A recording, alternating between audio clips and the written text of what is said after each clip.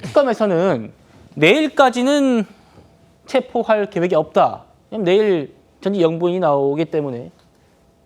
그러면은 이번 체포영장 시한이 지금 7일까지입니다. 그러면 7일 하루밖에 안 남거든요. 이때 집행하겠다는 걸까요? 어떻게 보세요? 저는 최초에는 김건희 여사가 출석하기 전에 윤석열 전 대통령을 불러서 조사를 해서 나름대로의 어떤 확인 작업을 거친 다음에 김건희 여사를 불러서 여기에 대해서도 연관된 수사를 이어가려고 했던 것 같습니다. 그런데 지금 현재 상황이 윤석열 전 대통령을 특검 조사실로 끌어오기까지가 상당히 난감한 상황인 것 같아요. 이런 상황에서 굳이 계속해서 윤석열 전 대통령의 이 체포, 그러니까 어차피 데려와도 뭐 진술 거부권 행사할 것 같은데 여기에 힘 빼는 것보다 이 시간에 다른 수사나 조사를 하는 것이 오히려 가성비가 좋다라고 생각을 했던 것 같습니다. 그런데 어차피 영장 유효 기간이 7일이기 때문에 아마 이제 윤석열 전 대통령을 체포하는 것은 제가 봤을 때는 그냥 마음을 접었나? 이런 예상도 해볼 수 있겠습니다. 알겠습니다. 1차 체포 집행이 실패했던 만큼 특검 측에서도 지금 뭐 고민은 많을 것 같습니다. 민주당에서는 물리력을 행사해야 한다라면서 포승줄, 수갑, 들것 어제 이 얘기했잖아요. 이제는 이것까지 거론하고 있습니다. 들어보시죠. 윤석열 전 대통령이 뭐 물론 이제 뭐 이렇게 언더웨어만 입고 가만히 계신다면 뭐 테이저건까지는 사용할 필요가 없겠죠. 그런데 뭔가 위력을 사용해서 교도관들이나 특검 검사들에게 해를 가한다면 사실은 동네 주폭들이 옷을 벗고 이상한 행동을 했을 때 동네 파출소에 있으신 분들이 테이저건이나 그런 가스총 사용하는 거잖아요. 똑같다고 봅니다. 설 변호사님, 전직 대통령 체포하는데 뭐 포승줄, 수갑 위에서 이제는 뭐 테이저건까지 등장했습니다.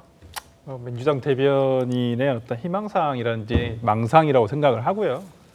저렇게까지 테이저건을 사용할 정도의 어떤 내용은 아닌 것 같습니다. 어떤 폭력 행사를 한다든지 그럴 것도 아닌 것 같고요. 뭐 체포 영장이기 때문에 체포라고 한다면 수갑을 채우고 어떤 포승줄은 아니고요. 요즘에는 벨트 형태의 어떤 그걸 차게 되는데 그건 당연히 그 수감 시설을 벗어난 동시에 어떤 수감자든 다 그렇게 합니다.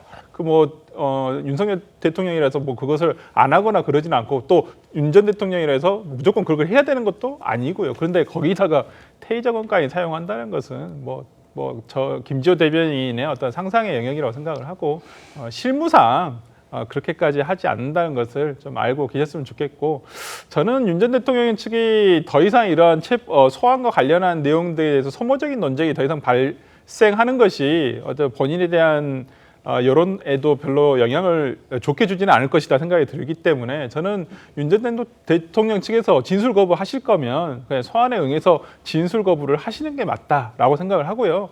특검팀도 이 부분과 관련해 가지고 계속 어떤 수사의 본질적인 부분에 대해서 내용이 나오는 것이 아니라 어떤 뭐 소환과 관련한 내용에 대해서만 계속 나오는 것이 오히려 특검팀의 수사가 제대로 이루어지지 않고 있구나라는 어떤 반증일 수도 있거든요. 그렇다고 한다면 이러한 소환과 관련한 논쟁이 계속 소모적으로 나오는 것이 양측에 다 좋지 않다라는 생각이 들기 때문에 저는 이 부분과 관련해 가지고는 윤 전 대통령 측에서와 그다음에 특검팀에서 계속 언론 플레이만을 할 것은 아니다라고 봅니다. 알겠습니다. 국민의힘 일부 당권 주자들은 특검을 강하게 몰아붙이고 있습니다. 그 모습도 들어보시죠.